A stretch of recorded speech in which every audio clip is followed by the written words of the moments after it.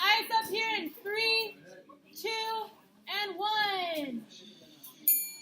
All right, so let's go ahead and talk about what are different ways birds gather food. All right, yeah, Nolan, what's an example that you came up with?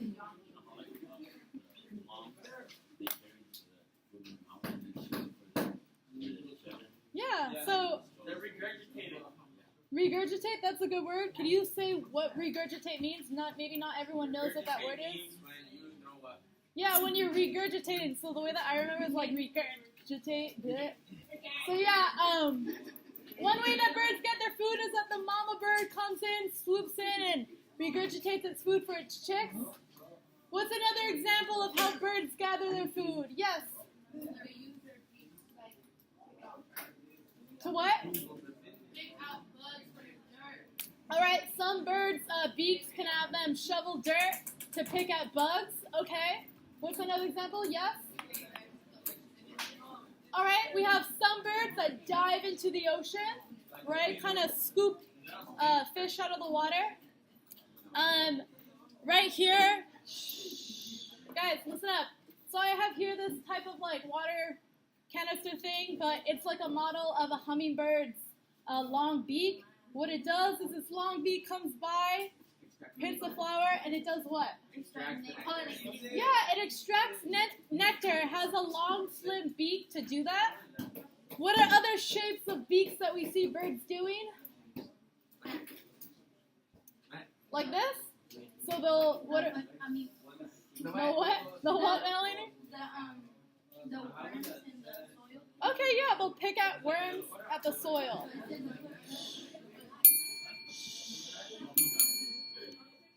Yeah, so up here I have different pictures of birds.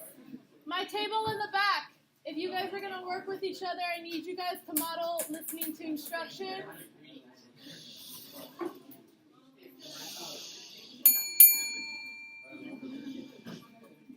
Guys, remember our conversation we had yesterday. I have about 90% of students. All right, perfect. This silence, this is what I should be hearing when I'm talking. All right, we have a lab. A lot of this lab requires listening to instructions. It's a fun lab, right? I'm excited for it. I hope you guys are too.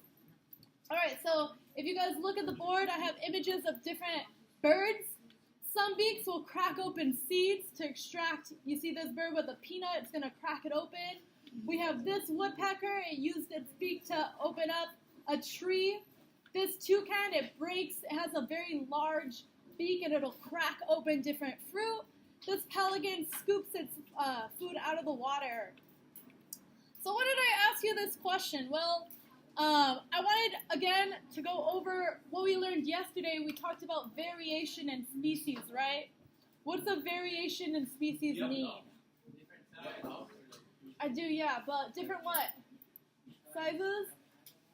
Yeah, so a species, the same species has different variety, right? Like in humans, not everyone has brown eyes. We have a variety of eye colors: green eyes, blue eyes, hazel eyes, etc.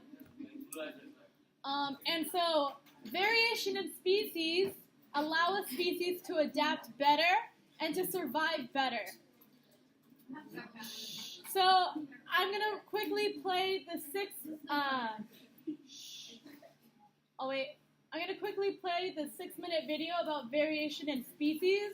I really want you guys to pay attention and listen to the different ways that species survive better with different variations. I'm also going to include subtitles.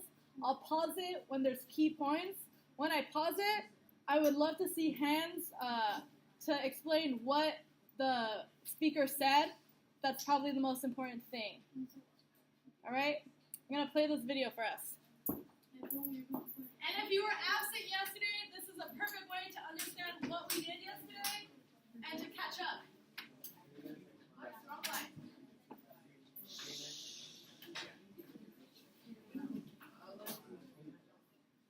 Hi guys, in this video we're going to look at variation in species.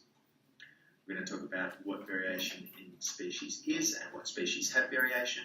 We're going to talk about how this affects the chances of survival, and then we're going to look at a couple of examples. Firstly, Darwin's finches in Galapagos, and an Australian example of echidnas. Variation is something that happens in any species that reproduces sexually.